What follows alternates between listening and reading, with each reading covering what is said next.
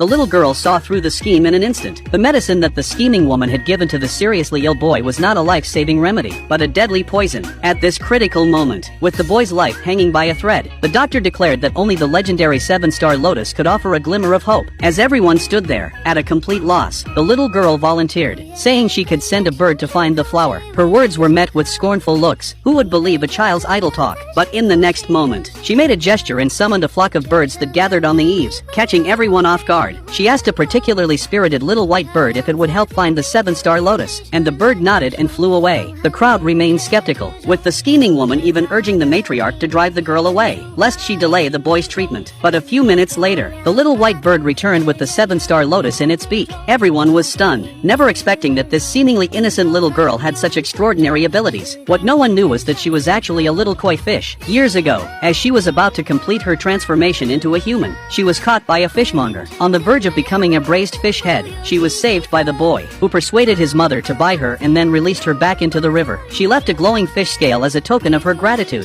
vowing to repay her savior. After years of cultivation, she finally took human form. Her turtle grandfather warned her that as a fortune-bearing koi, she must follow 3 rules: not to misuse her spiritual powers, not to reveal her true form, and not to give away her inner pearl. He also reminded her that during a solar eclipse, she would lose her powers and could even face mortal danger. Carrying a conch shell that could sense her benefactor, she set off on her journey to repay her debt. As soon as she entered the military governor's mansion, she saw the boy in peril and stepped forward to save him. The 7-star lotus worked its magic, and the boy's condition stabilized. Even the doctor called it a miracle. The boy felt a vague sense of familiarity, and asked his grandmother to let the girl stay. The matriarch agreed, and the woman, grateful for the girl's life-saving help, adopted her as her goddaughter. Finally, the girl could stay with them openly. However, after the military governor returned to the mansion, the girl noticed his coldness toward his wife, who in turn seemed to avoid him. From the boy, she learned that there was a misunderstanding between the couple that had never been resolved. Determined to reconcile them, she arranged a chance meeting during the Lantern Festival. The atmosphere was initially awkward, but as they reminisced about their past, the warmth in their eyes hinted at lingering feelings. However, this scene was observed by the scheming woman, who was hiding in the shadows. She was not willing to give up. In her bid to replace the woman and become the military governor's wife, she hired someone to impersonate the woman's old lover, and planned to publicly humiliate her at the victory banquet. In fact, 8 years ago, she had set a trap, intending to use a love potion to win over the military governor. But things went awry and ended up bringing the governor and the woman together. As a result, the governor mistakenly thought the woman had used underhanded tactics, leading to a cold and distant marriage, with even their child being neglected. As the victory banquet approached, the governor had never taken the woman to such events before. She felt deeply insecure about her facial scar, and worried about disgracing the family. The girl, seeing through her mother's thoughts, waved her hand, and the scar on her mother